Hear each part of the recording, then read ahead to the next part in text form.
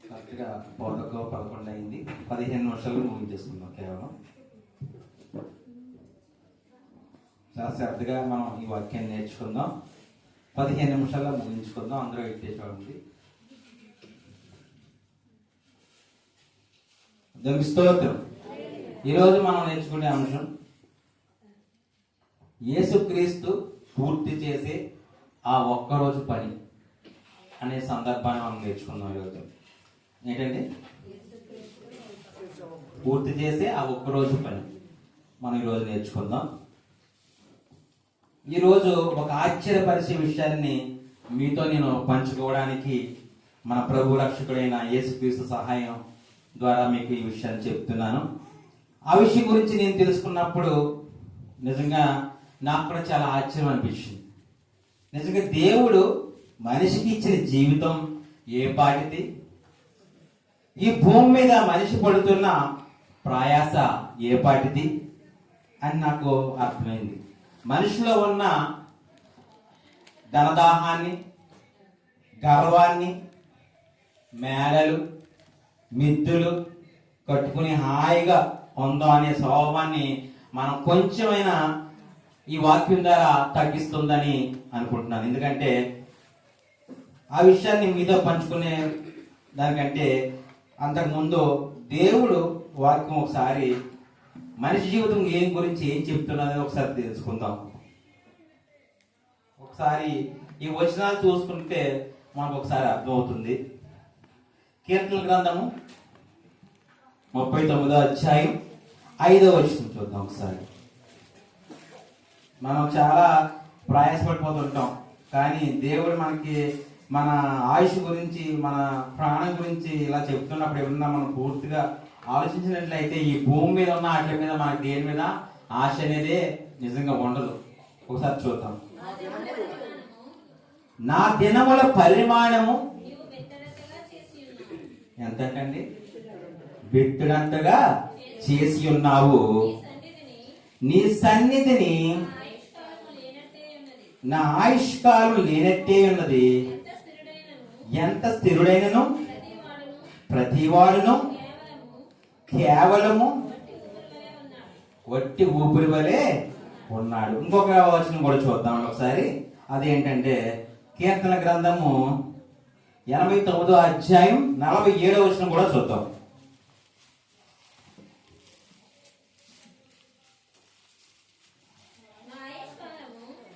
నా ఆయుష్కాలము ఎంత కొద్దిదో ఇవన్నీ కూడా మన అండర్స్టాండింగ్, మన మనసులో అండర్లైన్ చేసుకుని వాక్యాలన్నీ కూడా.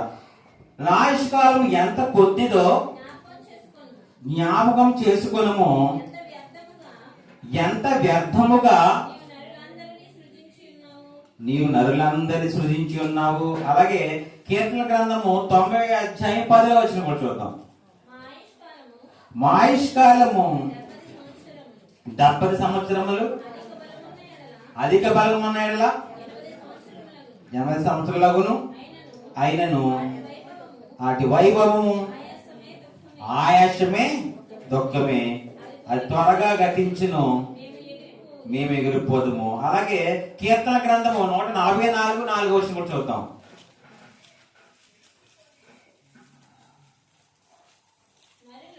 నరులు వట్టి ఊపిరిని పోలి ఉన్నారు. వారి దినములు దాటిపోవు. ఇక్కడ నీడ, గడ్డి అన్ని వెళ్ళి అండర్స్టాండింగ్ మన మనసులో పెట్టుకోవాలి. యాకోబు పత్రిక 4వ అధ్యాయం 14వ వచనం కూడా చూద్దాం.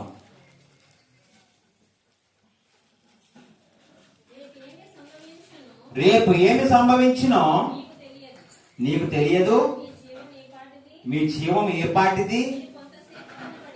మీరు కొంతసేపు కనబడి అంతలో మాయమైపోవు. ఇక్కడ ఏం కనిపిస్తుంది అంటే ఆవిరి కనిపిస్తుంది. ఇక్కడ మన జీవితం ఏం కనిపిస్తుంది? ఇక్కడ ఆవిరి కనిపిస్తుంది. అలాగే యోబు గ్రంథము 7వ అధ్యాయం 7వ వచనం కూడా చూద్దాం.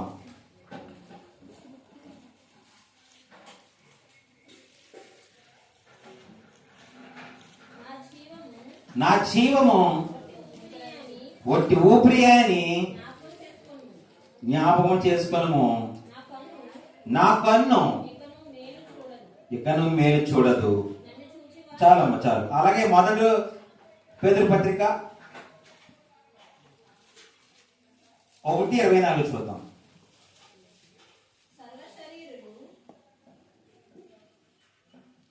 ఒకటి 24.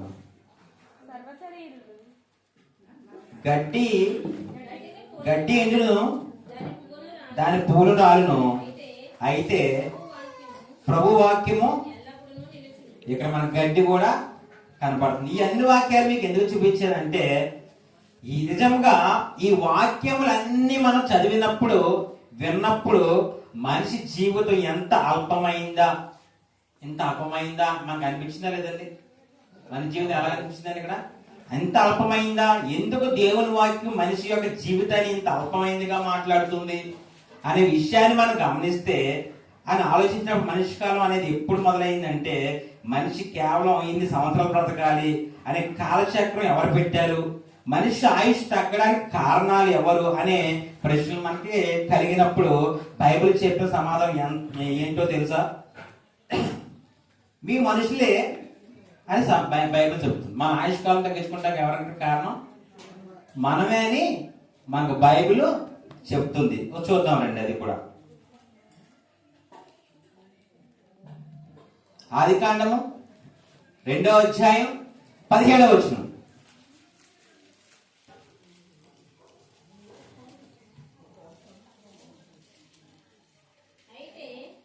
అయితే మంచి చెడ్డల తెలివిచ్చు వృక్ష ఫలములను తినకూడదు,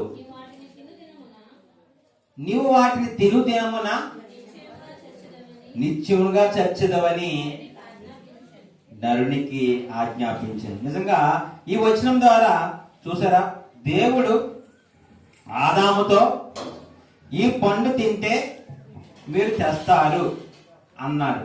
అనగా ఇప్పటికీ నా పోలికతో నిత్యం జీవించే స్వభావం కలిగి ఉన్నావు. ఆ పండు కనుక తింటే ఆ స్థితిలో నీవు లేకుండా మరణం అనే లక్షణం నీలో వస్తుంది. నిత్య జీవం జీవించే మనిషిగా ఉన్న నీవు మరణం కలిగి కాలంలోని ప్రవేశిస్తామని దేవుడు చెప్పాడు. అవునా కదండి? ఆ పండు తినదంటే ఏం చేశారండి? తిన్నారు. అప్పుడు ఏమన్నారా? అప్పుడు మొదలైంది. నిత్యము సంతోషంలో ఉన్న మనిషి జీవించాలని దేవుడు మనిషిని కలగజేస్తే, ఇప్పుడు మనం సంతోషంగా ఉండాలని దేవుడు మనల్ని కలగజేస్తే, అపవాది చేత మోసపరచబడి దేవుడు తినదన్న పండును తిని మరణాన్ని కలిగి ఉంటే జీవితంలోనికి మనిషిని ప్రవేశించాడు. మనిషి ఎప్పుడైతే పాపం చేశాడో అప్పుడు అతనికి కాలం అనేది మొదలైంది. ఎప్పుడు మొదలైందండి? మనకి కాలం అనేది ఎప్పుడు మొదలైంది అనుకుంటే అసలు అప్పటి వరకు మనకి చావులు అసలు లేవు, ఏమీ లేవు. దేవుడు మనం ఎప్పుడు సంతోషంగా ఉండాలని ఎంతో ఆయన కష్టపడి మనం చేస్తారు. మన పాపం చేద్దంటే ఎప్పుడు మొదలైందండి? మనిషి ఎప్పుడైతే పాపం చేశాడో అప్పుడే అతనికి కాలం అనేది మొదలైందండి. అప్పుడు మొదలైందండి కాలం అనేది. చాలా మంది ప్రశ్న వేస్తారు, అవ్వ ఆదాము పండు తినగానే చనిపోవాలి కదా, దేవుడు మీరు తినాన్న చనిపోతారు అన్నాడు కదా, మరి వాళ్ళు చావలేదేంటి అంటారు. అవునా కదండి? ఈ విషయం చాలా డీప్గా ఆలోచిస్తే కానీ మనకి ప్రశ్న మనలో కలగదు. ఆ వాక్యం ఏమంటుందని తిరుగుతున్నా చచ్చెదరు అన్నారు. ఆ మాట చాలా మంది అంటారు, మరి ఆదాము పండు తినగానే చనిపోవాలి కదా, దేవుడు మీరు తినాన్ని చనిపోతారు అన్నాడు కదా, మరి వాళ్ళు చావలేదేంటి అని వాక్యంలో ఉన్న అర్థాన్ని మనం గ్రహించినట్లయితే, వాక్యంలో ఉన్నది ఏమిటో గ్రహించాలి. ఇప్పుడు కూడా వాక్యం చెప్పినప్పుడు దైవజనులు చెప్పినా ఎవరు చెప్పినా వాక్యాన్ని గ్రహిస్తేనే మనకి అది మనకి మనసుకి అర్థం. ఇంతే కాదండి, ఎన్న వాక్యాన్ని గ్రహించాలి. వినేస్తారు, అందరూ వినేస్తారు. కొన్ని వేల సభల్లో కొంతమంది లక్షల మంది ఉంటారు, అందరూ వాక్యాన్ని గ్రహించేస్తారండి? కొందరే వాక్యాన్ని గ్రహించగలుగుతారు. అది వాక్యాన్ని మనం గ్రహించే కృప దేవుడు మనకు కలగజేస్తే తప్ప ఏ మనిషికి అర్థమవుతుంది. బైబిల్ చిన్నగా ఆషామాషిగా అర్థమయ్యే పుస్తకం కాదండి ఎవరికి కూడా. మనకి దేవుడు కృప కలగజేయండి. అంటే ఏంటంటే మన దేవుడు చెప్పే మాటలను మనం అర్థం చేసుకుంటే కృప మనకి దేవుడు కలగజేస్తేనే దేవుడి మాటలు మనకి అర్థమవుతాయండి. ఆ కృప ఈ రోజు వాక్యం వింటున్న మన అందరికీ కూడా ఇచ్చాడని నేను నమ్ముతున్నాను. దేవునికి స్తోత్రం. మరి దేవుని వాక్యం ప్రకారం చాలా శ్రద్ధగా వినాలి. దేవుని వాక్యం ప్రకారము ఒక్కరోజు అనగా 1000 సంవత్సరాలు. ఏంటండి? ఇది చాలా జాగ్రత్తగా అండర్లైన్ చేసుకోండి మీ మనసులో. ఏంటండి? దేవుని వాక్య ప్రకారం ఒక్క రోజు అనగా 1000 సంవత్సరాలు. మనకు 1000 సంవత్సరాలు గడిస్తేనే దేవునికి ఒక రోజు. అంతేనండి? నేను అర్థమవుతుందా అన్న మాటలో? దేవుని వాక్య ప్రకారం ఒక్క రోజు అనగా 1000 సంవత్సరాలు. కానీ దేవునికి ఆ ఒక్క రోజు కాదు. ఆ విషయాన్ని గ్రహిస్తే మనం భక్తుడైన దావీదు గారు రాస్తున్న దావీదు కీర్తన ఒకసారి చూద్దామా? 90వ అధ్యాయం 4వ వచనం ఒకసారి తీయండి. అందరూ శ్రద్ధగా చూడాలి. నీ దృష్టికి 1000 సంవత్సరములు గతించిన నిన్నటి వలె అవునా? అంటే ఏంటంటే 1000 సంవత్సరాలు గతించి నిన్నంటే ఒక రోజే కదండి. దేవుడికి 1000 సంవత్సరాలు అంటే ఏంటండి? ఒక్క రోజు అంటండి. మరి అపోస్తులైన పేతురు గారు రాసిన పత్రిక కూడా చూద్దాం ఒకసారి. 2 పేతురు 3:8 చూద్దాం ఒకసారి. 2 పేతురు 3:8.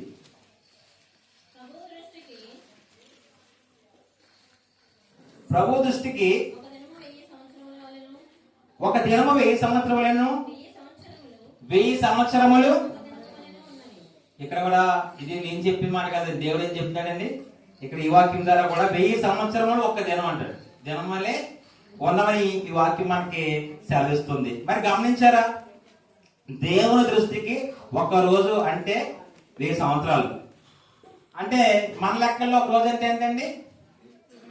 24 గంటలు. ఇప్పుడు భూమి మీద ఆదాము బ్రతికిన సంవత్సరాలు ఎన్నో చూస్తే వాళ్ళు పండు తిన్నాక దినము చనిపోయారా లేదనే ప్రశ్నకి సమాధానం కంపల్సరిగా మనకి దొరుకుతుంది. ఆదాము ఆదికాండము 5వ అధ్యాయం 5వ వచనం.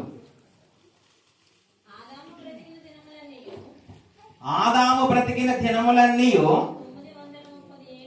930 ఏండ్లు.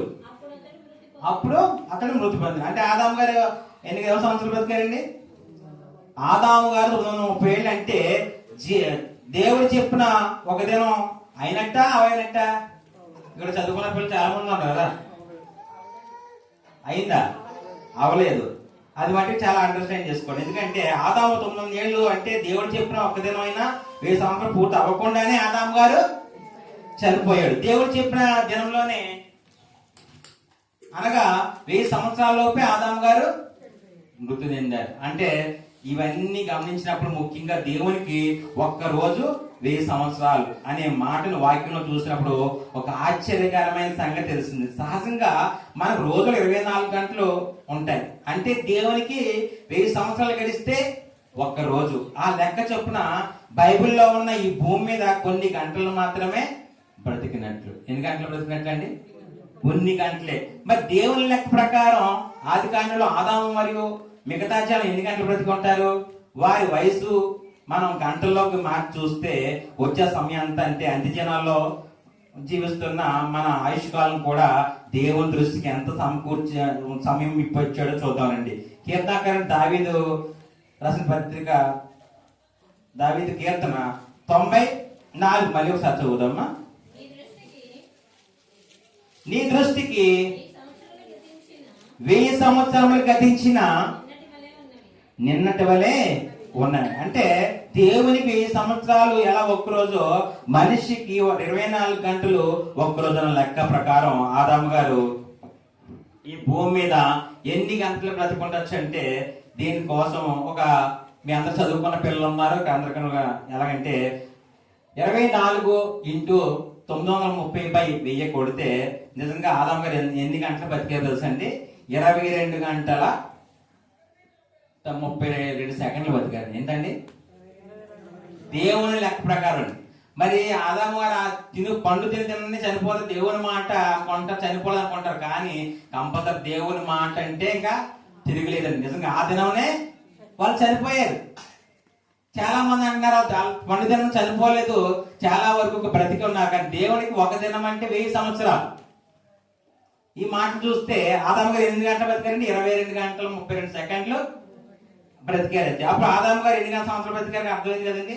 1000 సంవత్సరాలు 24 గంటలకు ఒక్కరోజు. ఆ లెక్క ప్రకారం ఆదాము గారు ఈ భూమి మీద ఎన్ని గంటలు బ్రతికారంటే 22 గంటల కరెక్ట్ లెక్క ప్రకారం 19 నిమిషాల 12 సెకండ్లు బ్రతికారంట. నిజంగా మనిషి భూమి మీద మనకు బాగా పరిచయమైన మిథులేష గారు కూడా చూద్దాం, అందరికంటే ఎక్కువ వయసు కలిగి ఉన్నారు కదండి. ఆయన ఎన్ని సంవత్సరాలు బ్రతుకున్నారంటే, ఆయన దేవుని లెక్క ప్రకారం అయితే ఆయన బ్రతికింది మామూలు సంవత్సరాలు చూసుకుంటే 969 సంవత్సరాలు. మీ అందరికి తెలుసు కదండి మిథులేష గారు ఎంత? మిథుషల 969. కానీ గంటల్లో చూస్తే 23 గంటల 15 నిమిషాల 21 సెకండ్లు. కానీ దేవుడు మాట తప్పరండి. మనం అయితే మాట తప్పుతాం, కానీ దేవుడు ఎప్పుడు కూడా మాట తప్పరండి. 1000 సంవత్సరాల సమయం ఒక్కరోజు పూర్తి అవ్వకుండానే మనిషి మరణించాలని దేవుడు అప్పుడు ఎప్పుడు రాశారు, అట్టి ప్రకారంగానే అందరూ కూడా మరణించారండి. కానీ మన శాస్త్రం ప్రకారం మన గంటల్లో లెక్కించుకుంటే మా సంవత్సరాలు కనపడుతున్నాయి, కానీ దేవుని దృష్టిలో ఒక్క రోజు కూడా ఎవరు బ్రతకలేదండి. ఈ విషయం మనం గమనించాలి. ఎందుకంటే పండు తిని మానవ జాతి తెచ్చుకొని శాపం అది. ఎవరు తెచ్చుకున్నారండి? మనమే తెచ్చుకున్నాం ఆ పండు తిని. అయితే ఇది కూడా చూద్దాం ఒకసారి అండి. దేవుని వాక్యం మనిషి వయసు 70 సంవత్సరాలు లేదా 80 సంవత్సరాలు అని చెప్తుంది. కీర్తన గ్రంథము 9:10 చూస్తే ఆ మాట మనకు కనిపిస్తుంది. ఒకసారి చూద్దాం ఆ మాట కూడా. మా ఆయుష్కాలము 70 సంవత్సరములు, అధిక బలం ఉన్న ఎడల 80 సంవత్సరాలు చాలమ్మా. నిజంగా 24 × 70,000 అయితే నిజంగా మనం ఎంతకాలం బతుకుతుంది తెలుసా? దేవుని లెక్కలో అండి 1:40 నిమిషాలు బతుకుతామండి. ఎంతండి? 1:40 నిమిషాలు బతుకుతామండి. 80 అయితే 1:55 నిమిషాలు బతుకుతున్నామండి దేవుని దృష్టిలో. కానీ దేవుని సమయం పోల్చి చూస్తే గట్టిగా మనిషి 2 గంటలు కూడా బ్రతకట్లేదండి.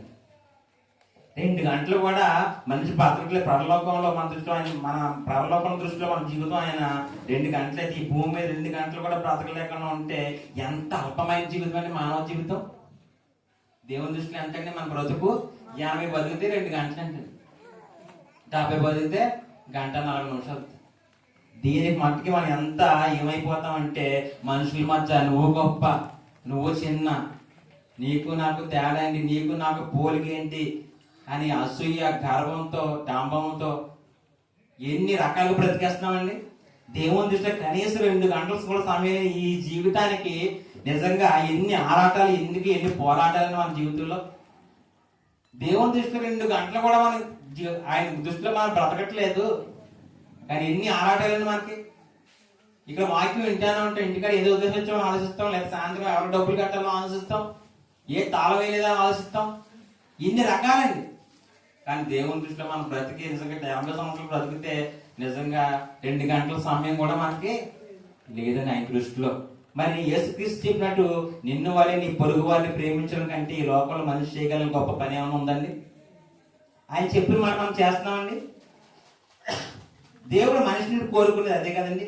దేవుడి ప్రేమ స్వరూపం. నిజంగా దేవుని ఆత్మ కలిగి జీవితం మనం ఆ ప్రేమమైన కొద్దిపాటి జీవితాన్ని అయినా మనం చూపించాలండి. ఎందుకంటే ఆయన ద్వారా ఆయన వాక్యం వింటున్నాం కాబట్టి, ఆయన మనకి విలువైన రక్షణ భాగ్యం ఇచ్చారు కాబట్టి, ఆయన మాటలు వింటున్నాం కాబట్టి, ఆయన ప్రేమనైనా కొంచెమైనా ఈ లోకంలో మనం చూపించాలి. ప్రేమ దేవసంగా అని దేవుడు మన గురించి ఆశిస్తాడు. కొద్దిపాటి జీవితం దేవుడు మనకి ఇచ్చింది. దేవుని ప్రేమించడానికి ఆత్మతో సత్యంతో ఎప్పుడు కూడా మనం ఆయన ఆరాధిస్తూనే ఉండాలి. అది ఎలా చేయాలో మనిషికి అర్థం కానప్పుడు, ఎలా ప్రేమించాలో ఏ మనిషి చూపించలేనప్పుడు, ముఖ్యంగా మనిషి పాపం చేసి కోల్పోయి నిత్య జీవానికి తిరిగి వెళ్ళలేడండి. నిజంగా ఇవన్నీ చేయకపోతే అయితే మానవుడిగా వచ్చిన దేవుడైన యేసుక్రీస్తు ఈ భూమి మీద ఎన్ని గంటలు బ్రతుకున్నారో కూడా చూద్దాం. ఒకసారి యేసుక్రీస్తు వారు ఎన్ని గంటలు బ్రతుకున్నారంటే ఇప్పుడు తెలుసుకుందాం. దేవుని ఒక్కరోజు లెక్క అయినా 1000 సంవత్సరాలతో ఒక్కరోజైనా 24 గంటలు పోల్చినప్పుడు ఈ భూమి మీద యేసుక్రీస్తు వారు బ్రతికిన సమయం ఎంత తెలుసండి? 48 నిమిషాలు అండి. ఎంతండి? ఎందుకంటే ఇలాంటి ప్రాముఖ్యమైన మన విషయాలు తెలుసుకుంటే మన జీవిత విలువ ఏంటో మనకి అర్థమవుతుంది. ప్రేమ దేవుని సంగమా. యేసుక్రీస్తు వారు ఎంతండి? 48 నిమిషాలు ఉన్నారండి. తండ్రి లెక్కలో 48 నిమిషాలే ఈ భూమి మీద 48 నిమిషాల 14 సెకండ్లు మాత్రమే ఈ భూమి మీద ఆయన బ్రతికున్నదని. తర్వాత ఆయన మేఘాల మీద ఆరోహణం అయ్యారు. మరలా మేఘాల మీద ఆయన రాబోతుందని దేవుని వాక్యం చెబుతుంది. వచ్చి ఈ భూమి 1000 సంవత్సరాలు పాలిస్తాడని ప్రకటన గ్రంథం కూడా మనకు చెప్తుంది. ఎందుకంటే ఎందుకు ఆయన వచ్చి అందరినీ పరలోకం తీసుకోవచ్చు కదా. 1000 సంవత్సరాలు ఎందుకు పాలించాలంటే మన దేవుడు రాజులకు రాజు, ప్రభువులకు ప్రభు, జ్ఞానులకు జ్ఞాని. మట్టి మనుషులమైన మనల్ని మర్చిపోయినా కానీ దేవుడు మాత్రం ఆ కార్యం ఎప్పుడు కూడా మర్చిపోడండి. ఎందుకంటే ఎంతగా ఏమిటి ఆ కార్యం అంటే అది మొదటి ఆదాముకు సాధ్యపడిన కార్యం, అబ్రహాము మోషే గొప్ప ప్రవక్తలకు వీలుపడిన కార్యం, మొదటి రాకడలో దేవుని చిత్తంలో భాగంగా యేసుక్రీస్తు సమయం సరిపోక చేయని కార్యం ఈసారి ఆయన అతి త్వరలో చేయబోతున్నాడు. దేవుని దృష్టికి 1000 సంవత్సరాలు సమానమైన ఏ దినాన్ని మనిషి బ్రతకలేక పాపంలో పడి మరణం తెచ్చుకున్నాడో, ఇప్పుడు అదే 1000 సంవత్సరాలు పరిశుద్ధులకు పరిశుద్ధుడు, ఏ కోసైనా పాపం చేయలేని ఆ మహాగణుడు సర్వోన్నతుడు ఈ భూమి మీద 1000 సంవత్సరాలు పాలించి తిరిగి మనకి నిత్య జీవనం ఇవ్వబోతున్నాడు. ఇప్పుడు కూడా మనం ఎలా ఉండాలనుకుంటున్నాడు? ఆయన పరిశుద్ధంగా, ఆయన ఎంత పరిశుద్ధంగా ఈ భూమి మీద జీవించారో అంతే పరిశుద్ధంగా ఈ భూమి మీద జీవించి పరిశుద్ధంగా జీవించాలని మనల్ని ప్రభు కోరుకుంటున్నాడండి. నిజంగా ఈ 2 గంటలు మహా అయితే మనం 70 బతుకుతామండి ఈ రోజుని బట్టి 80 అంటే మనం కూడా సమయం 48 నిమిషాల్లోకి వచ్చేస్తాం, గంటలోకి వచ్చేస్తాం. ఇంకా ఏమో చెప్పలేం. 30 సెకండ్లు 35 నిమిషాలు బతికి వాళ్ళు చాలా మంది ఉన్నారు. 20 నిమిషాలు 10 నిమిషాలు బ్రతికి వాళ్ళు కూడా చాలా. అలాంటి జీవితాన్ని మన దేవుడు మనకి ఇంత అందమైన జీవితం మనకు ఊపిరి జీవిస్తున్నాడంటే మన దేవుని లెక్కలో బ్రతికి ఎంతకాలం 2 గంటలు బ్రతుకుతున్నామా, ఎంత గట్టిగా బతికైతే మాత్రం తెలుసుకున్నప్పుడే వాక్యం సారాంశం తెలుస్తుంది. మనం ఈ భూమి మీద ఎలా జీవించాలి, ఎదుటి వారిని ఎలా ప్రేమించాలి, ఎటువంటి సత్కార్యం ఈ భూమి చేయాలి అనే విషయం మీ అందరికీ కూడా అర్థం అవ్వాలని ప్రభుపేట కోరుకుంటున్నాం. దేవునికి స్తోత్రం. ఈ వీడియోని సమయించిన దైవజనులకి నా హృదయపూర్వక వందనాలు తెలియజేసుకుంటున్నాం.